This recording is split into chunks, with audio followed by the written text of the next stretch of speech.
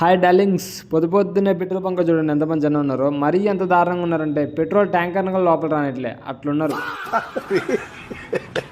చేయి చూడండి ఎట్ట తయారైందో పని వల్ల. ఇది వేరే బంక్ అనమాట. పెట్రోల్ కొట్టించుకున్నానికి పోయినా జనం చూడండి ఎంత మంది ఉన్నారు. ఈ అన్న చూడండి పెట్రోల్ దొరకట్లే అంటే బండిలో కొట్టించుకున్నాడు, మళ్ళీ 2 లీటర్ బాటిల్లో కొట్టించుకున్నాడు. ఈ అంకుల్ అయితే ఫుల్ ట్యాంక్ చేయించుకున్నాడు. ఈ పెద్ద మన చూడండి ఏకంగా 5 లీటర్ డీజిల్ నింపుకొని పోతున్నాడు. ఇక మిగతా వాళ్ళకి వద్దా, నన్ను చూసి నేర్చుకుని పెట్రోలే లేదు ఆయన కూడా జాలకు తిరుగుతున్నా రేపు కొట్టించుకోవచ్చు అన్నట్టు. పెట్రోల్ కొట్టించుకోవడంలో తప్పలేదు. రోజుకి 1/2 లీటర్ కొట్టించుకుంటాడు. ఒకేసారి ఫుల్ ట్యాంక్ చేయించుకుంటే వారానికి రావాల్సిన పెట్రోల్ ఒక్క రోజుగా అయిపోద్ది.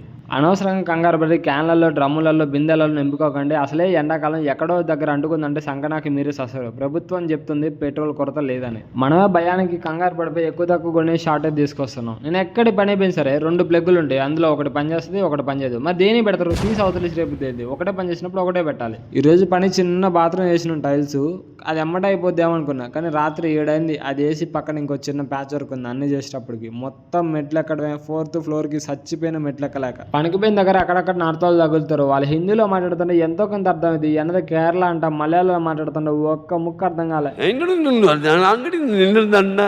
అదే మలయాళంలో ఏంటి అక్కడ నిలబట్టి రమ్మన్నాను. ఇది మనం సినిమాలు చూసే థియేటరు, ఇది మనం ఖాళీగా ఉన్నప్పుడు తిరిగే డీమార్ట్. నాకు ఇట్లా కట్ చేయడం అంటే భలే ఇష్టం. ఎన్ని టైల్స్ అని వెయిట్ చేస్తా. ఇట్లా చెయ్యి సిమెంట్ పెట్టి తిప్పుతుంటే భలే హాయిగా ఉంటుంది. ఈ రోజుకి ఇంతే, ఉంటాను, బాయ్ బాయ్. సారీ అన్నట్టు చెప్పడం మర్చిపోయినా, ఈరోజు ఎగ్ బిర్యానీ తీసుకొస్తే అందులో చికెన్ పీస్ కూడా వచ్చింది.